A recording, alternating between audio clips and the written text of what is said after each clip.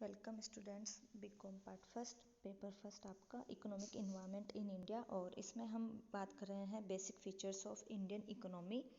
Point number 19 पे शुरू करते हैं हम। इन्फ्लेशन एंड इंक्रीजिंग प्राइसेस, मुद्रास्फीति एवं बढ़ते मूल्य। बेसिक फीचर्स या हम बात कर रहे हैं भारतीय अर्थव्यवस्था की प्रमुख विशेषताओं की, कैरेक्टरिस्टिक्स की। तो फर्स्ट 19 पॉइंट जो है 18 तक हमने डिस्कस कर लिया है। तो 19 पॉइंट है आपका इन्फ्लेशन, यानी भारत में, इंडिया में जो है प्लानिंग प्रोसेस से हम आगे बढ़ रहे हैं, लेकिन साथ साथ में इन्फ्लेशन भी बढ़ती जा रही है। प्राइजेस में कंटिन्यूअस वृद्धि होती जा रही है और विकास योजनाएं जो हैं उनके लिए बहुत बड़े लेवल पर हमें डेफिशिएट फाइनेंसिंग का यूज़ करना पड़ रहा है। डेफिशिएट फाइनेंसिंग, हीनार्थ प्रबंधन क्या होता है?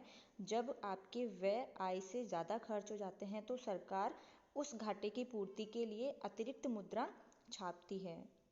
मीन्स आपके एक्सपेंसेस इनकम से ज़्यादा है तो फिर एक्स्ट्रा मनी उस जो लॉस है उसको एडजस्ट करने के लिए एक्स्ट्रा मुद्रा का, करेंसी का निर्गमन करती है, जारी करती है सरकार। तो उसको हम डेफिशिएट फाइनेंसिंग कहते हैं। इसके अलावा सेफ्टी पर बहुत ज़्यादा खर्चा बढ़ता जा रहा है, सिक्योरिटी पर बहुत ज़्यादा एक्सपेंसेस बढ़ते जा रहे हैं। डिमांड के मुकाबले सप्लाई जो है वो कम है या उसका प्रोसेस स्लो है। तो इन सब कारणों से भारत में पिछले, अगर हम 30 वर्षों की बात करें तो प्राइजेस में लगभग 5 से 6 गुना, यानी कि आपका 5 से 6 गुना ज़्यादा प्राइजेस बढ़ गई है। अब ये कुछ डेटा इसमें दे रखा है।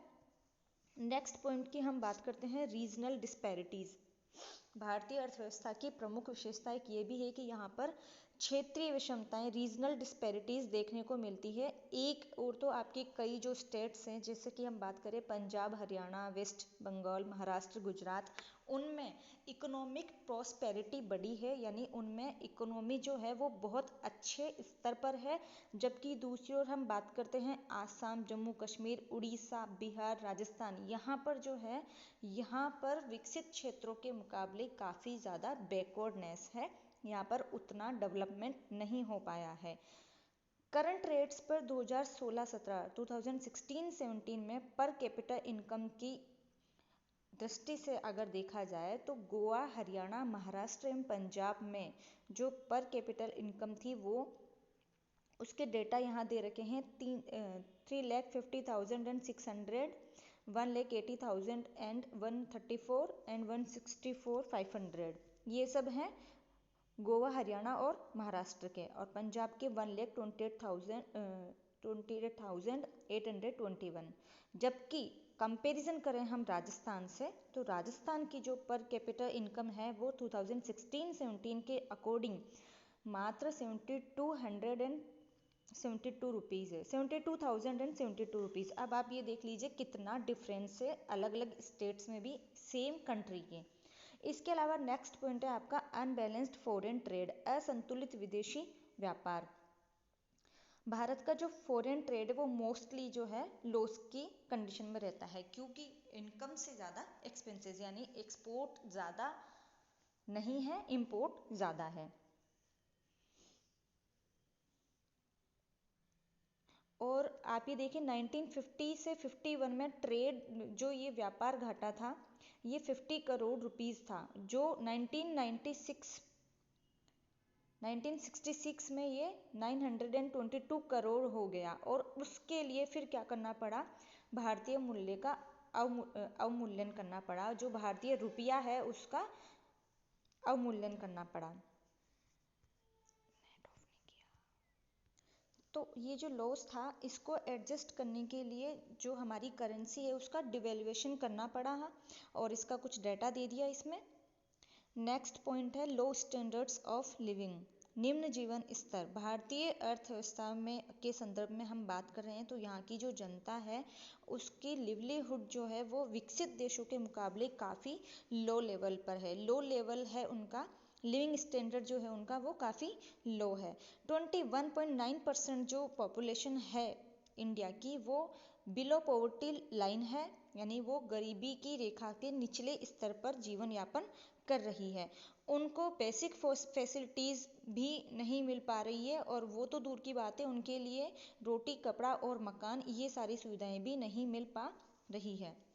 औसत भारतीय को भारतीय अर्थव्यवस्था के इसमें 2000 कैलोरीज भोजन मिलता है, यानी कम से कम 2000 कैलोरीज जिनको मिल रही है वो बिलो पॉवर्टी लाइन में नहीं आते हैं, और 3000 कैलोरीज जीवन के लिए अनिवार्य माना गया है।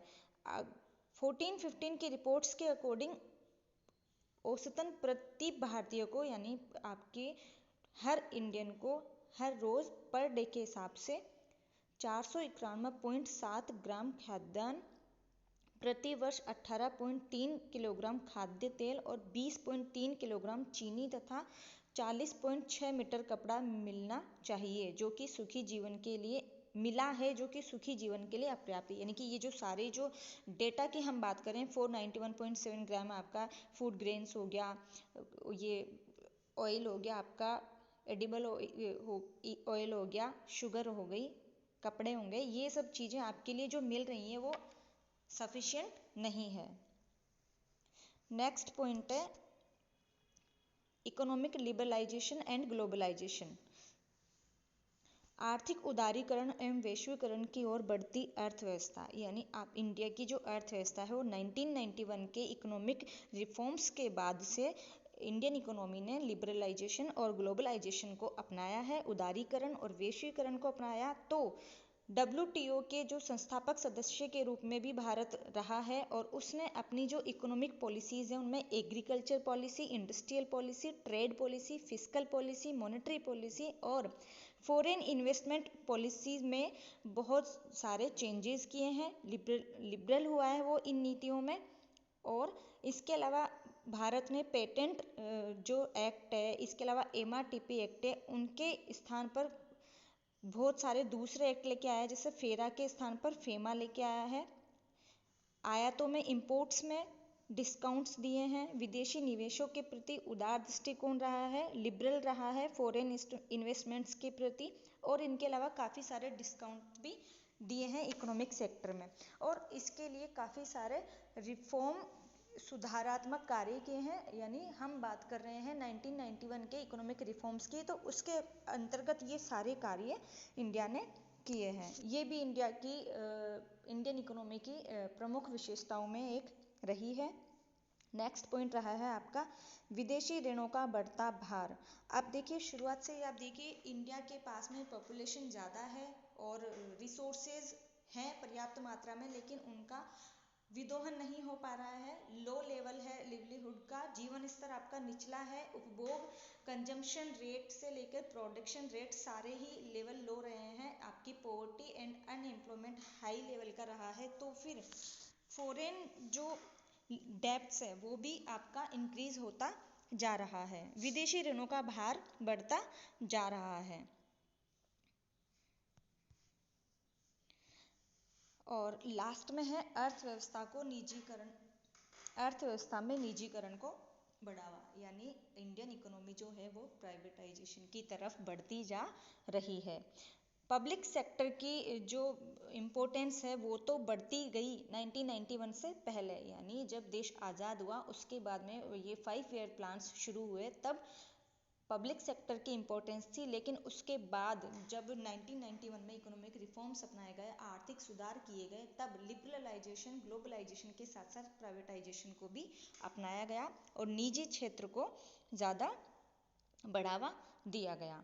और इस वजह से जो हम बात करते हैं डिसइन्वेस्टमेंट इन पब्लिक सेक्टर, ये उसके बाद से ही शुरू हुआ, यानी सार्वजनिक उपक्रमों में विनिवेश। विनिवेश मीन्स आपने जो इन्वेस्ट किया है वो पैसा वापस निकालना, लगाई गई पूंजी वापस निकालना, विनिवेश, डिसइन्वेस्टमेंट।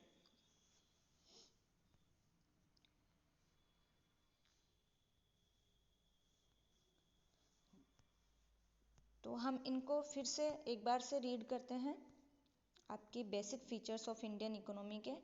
फर्स्ट हो गया विशाल एवं विस्तृत अर्थव्यवस्था, अ ग्रेट इकोनॉमी है, क्योंकि यह पॉपुलेशन की दृष्टि से सेकंड रैंक पर है और एरिया वाइज 7th रैंक पर है वर्ल्ड में। अर्धविकसित विकासशील अर्थव्यवस्था है, अंडर डेवलप्ड एंड डेवलपिंग है। यह विकसित नहीं है लेकिन विकास की ओर अग्रसर है, डेवलपिंग इकोनॉमी है। Next point is agriculture based economy है। एग्रीकल्चर पर पॉपुलेशन का 60% से ज़्यादा रेशियो लगा हुआ है। इसके अलावा इंडस्ट्रियल बैकवर्डनेस है और अनबैलेंस्ड ग्रोथ है। यहाँ की पॉपुलेशन बहुत ज़्यादा है, वाइड स्प्रेड अनएम्प्लॉयमेंट यहाँ देखने को मिल रहा है। ड्यूअल नेचर ऑफ इकोनॉमी है, कैसे कि रूरल एरिया जो है वो अभी तक बेसिक फैसिलिटीज़ में ही नहीं आ पाए हैं, जबकि जो अर्बन एरिया है वो काफ़ी ज़्यादा सुख सुविधाओं से परिपूर्ण है। नेशनल इनकम और पर कैपिटल इनकम है, उसका लेवल लो है। आपका लो रेट ऑफ कैपिटल फॉर्मेशन है। आपकी पूंजी निर्माण की जो दर है, जो गति है वो काफ़ी स्लो है, या जो उसकी रेट है वो काफ़ी लो है। सर्कल ऑफ पॉवर्टी, ये जो निर्धनता का चक्र है वो चलता रह रहा है, कंटिन्यूस होता जा रहा है ये। इसके अलावा मॉडर्न टेक्नोलॉजी की कमी है। Lack of developed transport and communication system, transportation and communication system का भी यहाँ पर अभाव है। Planned and developing mixed economy है। प्लान्ड इसलिए है क्योंकि जब से देश आज़ाद हुआ उसके बाद से प्लानिंग कमीशन की स्थापना की गई और उसके बाद से 5 ईयर प्लान्स चालू हुए। 12वीं पंचवर्षीय योजना, जो 12th पंचवर्षीय योजना थी, उसका कार्यकाल आपको 2012 से लेकर 2017 तक था, लेकिन इसको पूर्व में ही समाप्त कर दिया गया और इसके स्थान पर कौन सी पॉलिसी आई? इसके स्थान पर ये पॉलिसी कमीशन आया, नीति आयोग आया, और नीति आयोग अब अपनी प्लानिंग्स क्रियान्वित करता है। Next, Indian economy is a Gamble of monsoon. Indian economy monsoon का जुआ है, क्योंकि यहाँ पर जो है इरिगेशन सिस्टम अभी तक उतना डेवलप नहीं हुआ है और एग्रीकल्चर जो है मोस्टली डिपेंडेंट है रेनफॉल पर। और इंडिया की जो क्लाइमेटिक कंडीशंस हैं वो इस प्रकार की हैं कि नेक्स्ट ईयर का जो मानसून किस प्रकार का रहने वाला है उसके बारे में कोई प्रिडिक्शंस नहीं की जा सकती है, क्योंकि फ्लडेड एरिया में कई बार ड्रॉट की स्थिति देखने को मिलती है और ड्रॉट वाले एरिया में कई बार फ्लड की स्थिति देखने को मिलती है।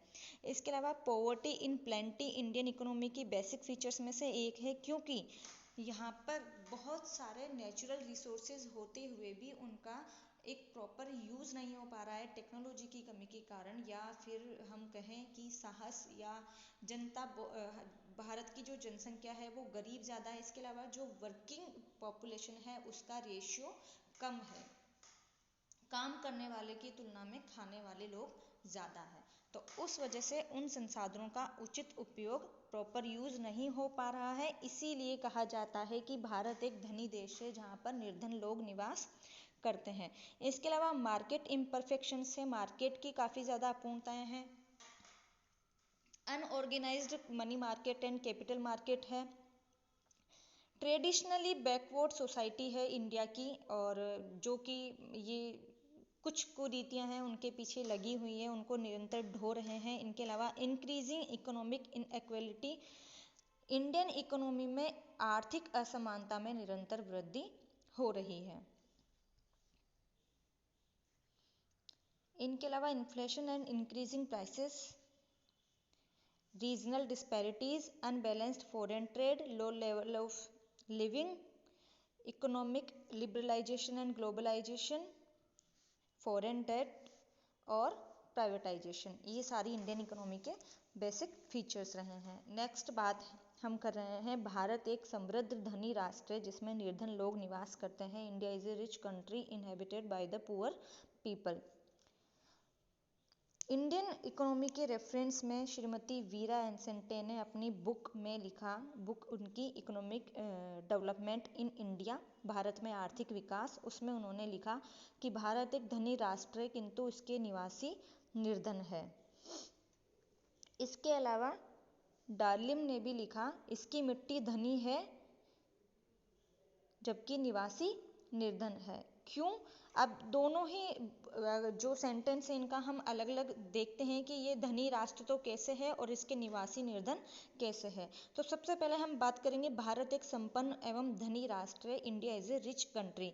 किस तरीके से या किन कंडीशंस के आधार पर इंडिया को रिच कहा गया है, वो हम यहाँ कुछ पॉइंट्स में समझेंगे।